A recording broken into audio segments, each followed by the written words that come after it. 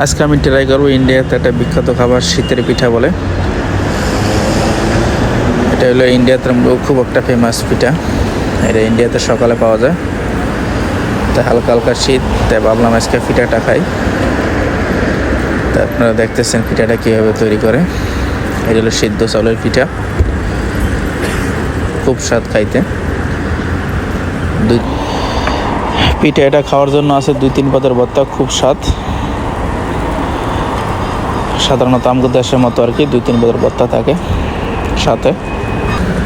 দিদিরা, আমার ইন্ডিয়ার দিদিরা, ইন্ডিয়ান ভাইয়েরা, তাই ভাবলাম আমি একটু ট্রাই করি খাওয়ার জন্য। সাথে আছে চার দোকান, বাস স্টেশনের সাথে আর কি। আজকে আমি যাব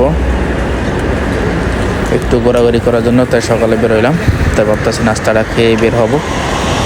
তো আমার নাস্তাটা ধীরে ধীরে রেডি হইতেছে। সাথে দিতেছে একটা ঝাল, এটা অনেক ঝাল একটা।